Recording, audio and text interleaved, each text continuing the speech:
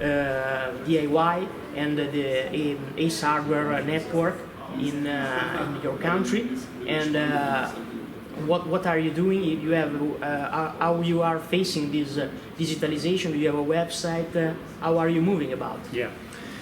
Yeah, so we are investing heavily in our digital transformation, and for us it's predominantly using digital to leverage our physical assets, which we think is a competitive differentiator. So by physical assets, I mean stores, inventory, vehicles, and most importantly, people.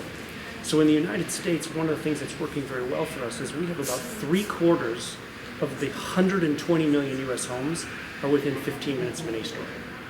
We have $2 billion of inventory sitting within 15 minutes of most of the world's homes and businesses. And so the way we continue to say it is we can be faster than Amazon on stuff in stock.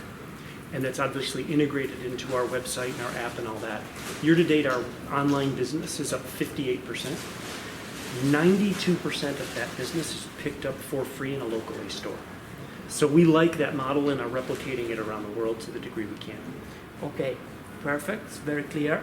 And what about an idea about the market share of traditional stores against big boxes in your country? So in the U.S., the total home improvement segment is about $320 billion.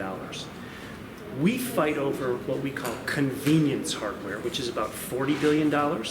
And collectively, our stores in aggregate do about 16 billion of that. I see no reason why we can't get to 20 or 25 billion. So that's the market share pie we're fighting on. Okay, thank you very much. Pleasure to be with you. Pleasure to interview you. Thank you. Thank you very much.